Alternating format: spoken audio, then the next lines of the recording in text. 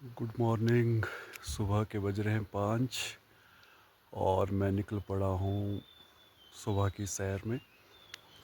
आओ आपको दिखाता हूँ अपने गांव का नज़ारा।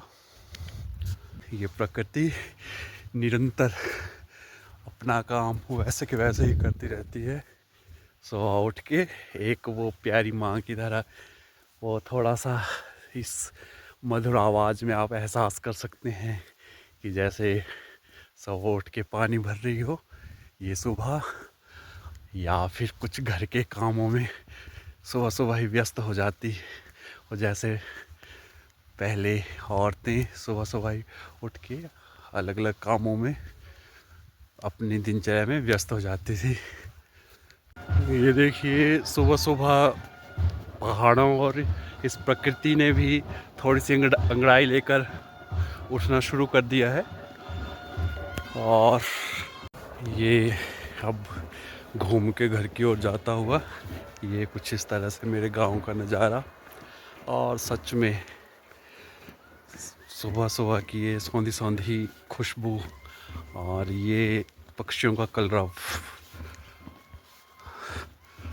मन को शांति देने वाला होता है और पूरे दिन को अच्छा बना देता है। जीवन भी क्या है ना दोस्तों, है ना, आदमी ने इस वर्ल्ड के इस रंगमंच में आना है और उसके बाद पूरा जीवन अपनी इस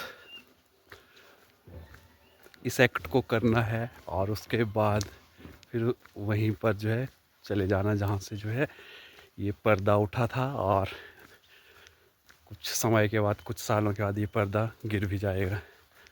लेकिन बहुत सारी चीज़ें हम भूल चुके हैं, हम भटक चुके हैं। अपने जीने का तरीका, अपना लाइफस्टाइल, उस आध्यात्मिक शक्ति को याद करना, ये सारी चीज़ें जो हैं हमने अपने जीवन से विलीन की हैं। अब धीरे धीरे ये आसमान ने रात रूपी इस काले कंबल को हटा दिया है और बस स्वागत कर दिया है अपने इन बच्चों का, अपने इस सभी प्राणियों का कि आइए और अपने इस पूरे दिन के कार्यक्रम में व्यस्त हो जाइए और अपने अपने इन कार्यक्रमों को निभाते चलिए। और दोस्तों सच में निरंतरता ही जीवन है। जो रुक गया या जो जड़ हो गया वो वहीं पर स्थिर हो गया।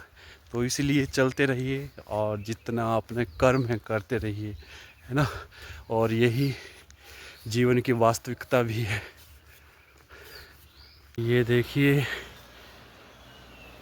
आसमान में आसमानी परिंदे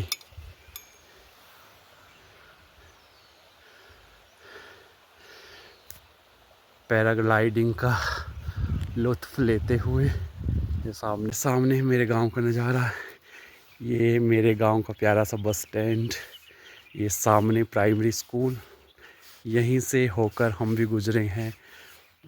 5वीं तक की पढ़ाई जो है यहीं से उत्तीर्ण की। ये सामने प्यारा सा पंचायत घर, ये 2-4 दुकानें सामने आप देख सकते हैं। मेरे ही गांव से प्यारा सा नज़ारा मंदिर का, जो सामने सुबह सुबह ही हम भक्तिमय हो उठते हैं जब यहाँ पे आरती या मंदिर की घंटियाँ बजती हैं। और बार बार कहता हूँ हिमाचल में रहना किसी जन्नत से कम भी नहीं है। यहाँ पर साकार रूप में भगवान जो हैं, देवी देवता जो हैं, वो अपना आशीर्वाद हम हिमाचलियों के ऊपर बरसा जाते हैं।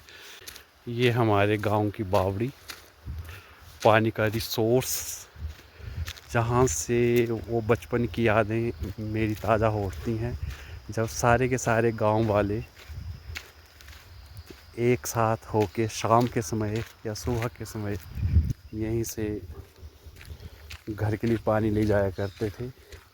लेकिन समय की इस दौड़ ने आदमियों को इतना व्यस्त कर दिया, या फिर ये बोलें कि हम सब इतने साधन संपन्न हो गए कि इन सारी चीज़ों का वैल्यू ही हमने समझना बंद कर दिया। और कहीं ना कहीं ये सारी जो प्राकृतिक चीज़ें जो थी, इन्होंने भी जैसे हमसे मुंह मोड़ लिया हो। और अब डे बाय डे धीरे धीरे ये सारे पानी के रिसोर्स भी सूखते जा रहे हैं। आज देखिए ये हाल है ये इस बावड़ी का। दुख तो होता है, लेकिन हाँ एक इनिशिएटिव ज़रूर लूँगा मैं कभी संडे को या किसी छुट्टी के दिन ये सब पूरी साफ़ सफाई कर दी जाएगी। ये सामने ब्रह्मस्वरूप पीपल का पेड़ जो सभी गांव वालों के लिए ऑफ कोर्स पूजनीय होते हैं, लेकिन सच में समय की दौड़ ने बहुत कुछ बदल दिया ना। ये हमारे पानी के रिसोर्स, ये गांव की शोभा बढ़ाते पीपल के पेड़, इनकी वैल्यू को हमने अपने आप ही ख़त्म कर दिया है। फिर से ज़रूरत है गांव में आने की, उन प्राकृतिक चीज़ों को, इन अपने पुराने जो वैल्यूएबल हमारे धरोहर है इनकी महत्ता को समझने की। ठीक है दोस्तों, चलते हैं अब घर की ओर। इस प्यारी सी सुबह में आप सबका स्वागत।